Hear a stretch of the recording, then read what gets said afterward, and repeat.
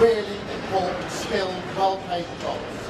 It will remove tariffs on British steel and aluminium, reducing them to zero. It will provide vital assurances for our life sciences sector so important to our economy, and grant unprecedented market access for British farmers without compromising our high standards. And for the great British cars that you make here, that we see all around us, this deal means that the US tariffs will now be cut from 27.5% down to 10% for 100,000 vehicles every year. That's a huge and important reduction. And I know from when I was last year, how much that would have been weighing on your minds when you knew the size of the tariff that would otherwise be in place. To get that decrease was hugely important to me. And I can tell you, my teams were working really hard on this deal, night and day for weeks. I was working with them. And in politics, what matters sometimes is who you have in your mind's eye when you're making these deals, who you have in your mind's eye when you're taking decisions. And what I took away from here last time was you and the brilliant work that we do, and had you in my mind's eye as we did that. And we've got scope now to increase that quota as we go forward. So this is not fixed. This is where we've got to. And all of these tariff cuts will come into place as soon as possible. And that's really important as well in relation to the work that you're doing and the brilliant path that you make. And as Adrian said, I was here with you just, as I say, a few weeks ago. And I promised you that I would deliver in the national interest. And today I'm really pleased to come back here to be able to look you in the eye and to say I've delivered on the promise I made to you.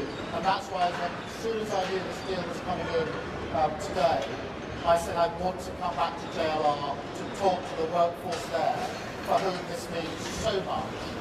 Now, of course, we are the first country to secure such a deal with the United States. And in an era of global insecurity and instability, that is so important. The great challenge of our age is to secure and to renew Britain. And that is what we're going to do. Acting in the national interest, shaping this new era, not being shaped by it. If it's not good for Britain, we won't do it. If it doesn't mean more money in people's pockets, we won't do it. If it doesn't mean security and renewal in every part of the country, we won't do it. But that doesn't mean we're turning inward. Instead, we're sending a message to the world that Britain is open for business, seeking trade agreements with India on Tuesday, with the US today, and working to boost trade with other partners too, including, of course, the EU, with whom we have a really important meeting just a week on Monday. Making deals that will benefit working people. And you know, in recent years, an idea has taken hold that you somehow show your strength by rejecting your allies, that you shut the door, put the phone down, storm off. I've had plenty of people urging me to do that, rather than stay in the room and fight for the interests of our country. And I want to be absolutely crystal clear, that is not how this government operates. It's never how we will operate. We don't storm off, we stay in the room and we negotiate and we work for our country with the national interest foremost in our mind. Because the other way of working doesn't deliver the benefits that working people need. So I also want to be clear, this is just the start. And the deal we've done today, we can say jobs saved, jobs won, not job done, because we're more ambitious for what the UK and the US can do together. So we're hammering out further details to reduce barriers to trade with the United States across the board. We have £1.5 trillion invested in each other's economies, creating 2.5 million jobs across both countries. There are so many areas where I think we can do even more than that and put pounds in the pockets of working people across the United Kingdom. As the two biggest services exporters in the world, we will bring down barriers, creating jobs in our thriving sectors, in Leeds, in Manchester, London, Birmingham. As the only two Western nations with trillion-dollar tech sectors, we'll go further to deepen the partnership in new technologies to shape the innovations of the next century together and create the jobs of the future. Because look, our history shows that we can achieve when we work together. And what timing for this deal, that we've agreed this deal on VE Day. 80 years ago today, Churchill was addressing the nation at the end of the Second World War, victory in Europe. And we were standing with the United Kingdom with the United States on defence and security. And for 80 years we've been the closest of partners. And today we've added to that trade and the economy in a special relationship between us, defined by peace and economic prosperity. So it's fitting today that we renew the bond on the 80th anniversary of the year. I'm going to take some questions in a minute, then I do want to spend some time with you because I know how important this is for you, all of your work colleagues here, all of your families, who I know will have been worried about what is going to happen. Of course they're worried, they're proud of what you do, worried about what might have happened, but not just you and your families, but your communities and all the other jobs that depend on the work you do here. We're iconic, we're proud of what we do, but I promised you we will do whatever we need to do to get to a position where we can ensure that your brilliant work continues and thrives in the future. I meant that as a promise made and a promise I always intended to deliver to you. I'm trying to catch everybody's eyes because, as I say, in politics what matters is who are you thinking about, who have you got in your mind's eye when you're having those conversations, whether it's President Trump just now, or last night, halfway through the Arsenal game, or whether it's the teams negotiating as they've been over weeks and days. So thank you here for being with me today. I will try to talk to you some more in a minute, but please, through you, if I can extend that to all of your colleagues here. I know that they'll differentiate but I hope this will give them the well-earned boost that they absolutely deserve. I will now take questions from the media. I've got a list here. I think, Chris, I've got you first. Thank you, Prime Minister. Chris Mason, BBC News. Prime Minister, this is a... You just a little bit louder. Yeah. Prime Minister, this is a freeing up of trade conditions with America compared with where we were, but is it better than, say, 6 months ago, given, for instance, some tariffs are still there? Well, Chris, the question you should be asking is it better than where we were yesterday?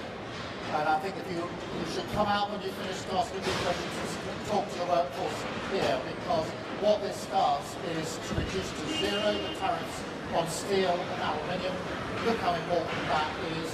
Reduces massively from 27.5% to 10% the tariffs on the cars that we export. So important to JLR, actually to the sector generally, but JLR in particular, who sell so many cars into the American market, proudly do that. And of course, it also includes pharmaceuticals, some really important measures. Obviously, we don't have tariffs yet, but we've got within the deal significantly preferential treatment, whatever happens in the future. So this is hugely important for our pharmaceutical sector as well. In addition to that, we said we had red lines on standards, particularly in agriculture. We've kept to those standards. The SBS red line is a red line that's written into the agreement. And so I think if you put that package together, you can see that it's a significant step in the right direction for our country and our national interest, for the very many thousands of jobs that will now be protected, saved and enhanced by the fact that we've done this deal. And I'm really proud we have. And I know people along the way were urging me to walk away, to descend in a different kind of relationship. We didn't, and we did the hard yards and stayed in the room, and I'm really pleased to say to the workforce here and through them to the country how important I think this deal is. Thank you, Chris. Robert, I'll come to you next. Prime Minister, all the polling shows that the British people think an improved trade deal with the European Union is more important than a US trade deal. The British people are right, aren't they? Well, Robert, you're already minutes after this deal with the US, still pushing me back to should we choose between the US and the EU. No is the answer to that question. I genuinely believe that we can have a good relationship and agreement with the US and a good relationship and a good agreement with the EU. That's why the red lines have been really important in the way that we've negotiated this. But look what we've shown this week, that through patience, through pragmatism, through not doing politics of performance, but doing politics as the serious art of negotiation. We've got a deal 48 hours ago in India, which of course also deals with car manufacturing, by the way, so the discussions we had there. We've got the deal now with the US. We go on Monday week to the EU-UK summit. But I've always said that the strength of the UK is being able to deal both with the US and the EU on security and defence and on trade and the economy. And that's the basis on which we move forward. And I think the workforce here would say to you in very loud terms, thank goodness you didn't take the advice of others to walk away from the negotiations with the US, because it would be they that would pay the price if we had done that, and I wasn't prepared to let that happen. Thank you, Robert. Beth, Sky News. Thank you, Prime Minister Keir Starmer. Back in February, when you did a press conference with Donald Trump in the White House, he said, we could end up with a real trade deal where tariffs wouldn't be necessary. We'll see. Those were Donald Trump's words. And you've come out, and yes, you have a concession on cars. You have a flat tariff still of 10%. Are you disappointed with that? Is this just the start? And to those voters last week in the local elections that gave you the worst ever vote share you've had in a set of elections as a Labour Party, what's your message to them? Thank you. Well, my message to them is that we absolutely get the message that they sent last Thursday.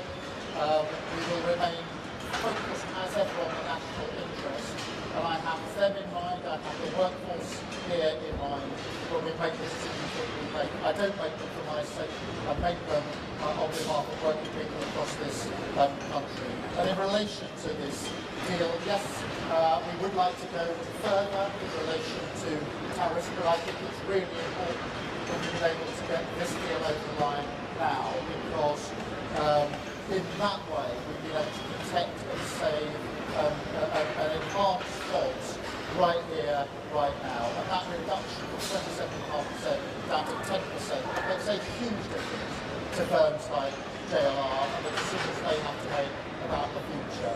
Decisions that I want them to make about the future. Steel and aluminium obviously being in the news hugely in recent weeks. To get that down to 40% as well is hugely important. Pharmaceuticals is one of the most important sectors in our economy, and therefore there's nothing to get down at the moment because there isn't how critical it should be. It's already got into a position of significantly preferential outcomes. Will I know be a welcome relief to them? So I measure this by the reactions of those that are most affected by the tariffs, which is the workforce here, it's those in pharmaceuticals, those that work in steel and aluminium. But look, there's a huge ambition here. There's a lot in the deal about tech. We are two of the leading economies on tech. There's a huge amount we can do on tech as well. So we want to go further, in those areas and on tariffs, keeping our red lines absolutely in place on SBS and on food standards and agricultural standards, because that matters so much to us here. Thank you, Beth. Paul. Hi there, Paul McRyan, Prime Minister. Look, business needs certainty.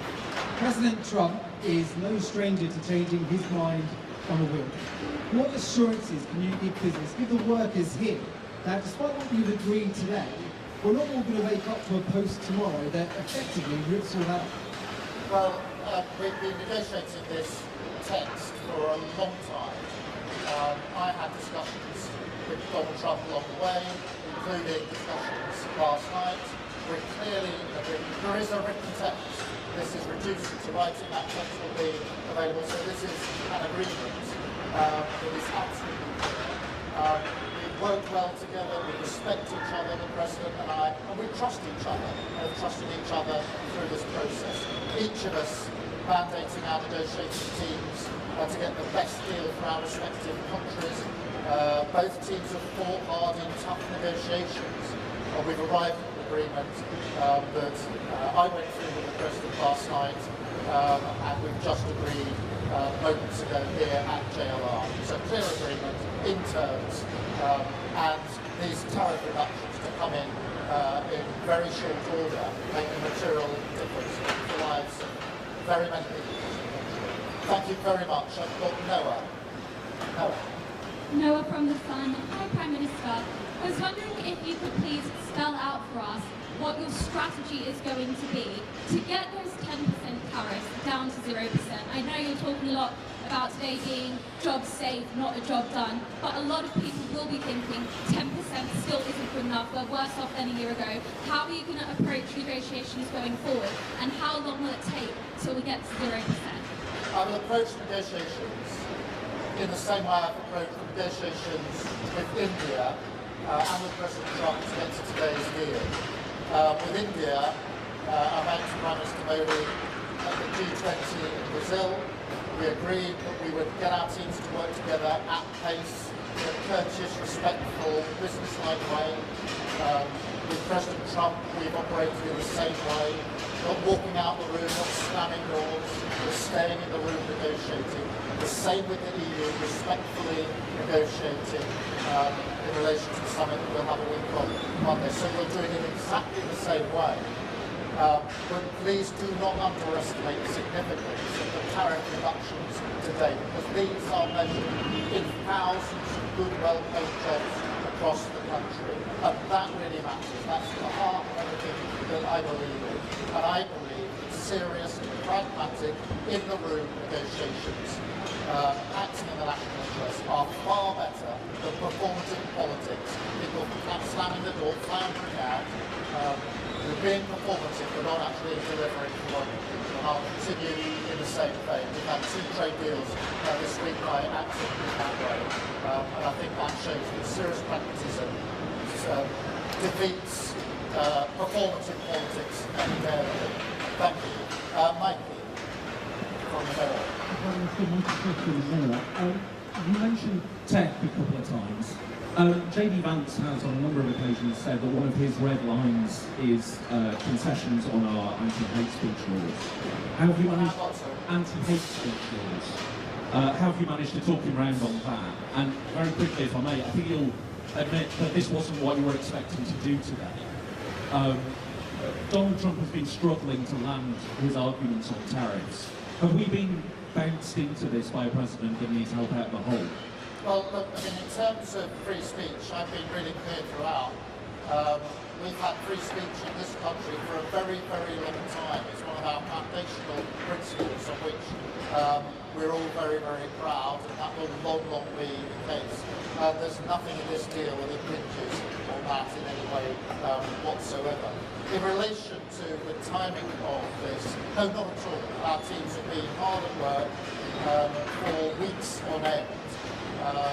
I wanted to get a deal over the line. I made I'm not ashamed of that. I wanted, because I knew how important it was, particularly for JLR. We got a deal, we got it over the line, and we got it over the line in a timely manner. The last thing I wanted to do was deliver a deal that didn't come in time for those who desperately need it. So, no, I didn't know the exact day. I wouldn't have been having my phone call with President Trump halfway through the second half of the Arsenal PSG game, and I planned it better. But that's the way it turned out. So that's the discussion we were having late last night about how we proceeded with this deal, and I'm really pleased to be able to come here today. And actually, to be able to do it on VE Day is really significant, because of course the US was standing there as our ally 80 years ago today. So today is an opportunity to reflect on the fact that today we stand together as allies on security and defence, of course. There are no 2 countries that are closer on security and defence, but now we add trade and economy to those issues where we're the closest allies. I'm really pleased about that. And then Hugo. Thank you, Prime Minister. Hugo Jai from the iPaper. Just the other day, President Trump threatened to put tariffs on the film industry. Obviously, Britain has a huge film sector. Have you asked him to take that threat off the table? What did he say? And if he hasn't taken that off the table, how are you going to stop that becoming a reality? Well, obviously there aren't any tariffs in place on film at the moment, and of course we're discussing it with the President's team. We'll take the same approach as we take on other issues, whether it's tariffs imposed which we've been able to reduce, or potential tariffs in areas like pharmaceuticals or film. We'll take the same approach because for me what matters is acting in the national interest and making sure that everything that we do is good for working people in this country. Whether it comes to, whether it's steel and aluminium, whether it's car building, whether it's pharmaceuticals or film, we are brilliant at these things. And therefore I will act in the national interest and have those discussions on film as we've done on other issues. Thank you all very much indeed. Thank you. I will now talk to some of the witnesses. Oh, I will.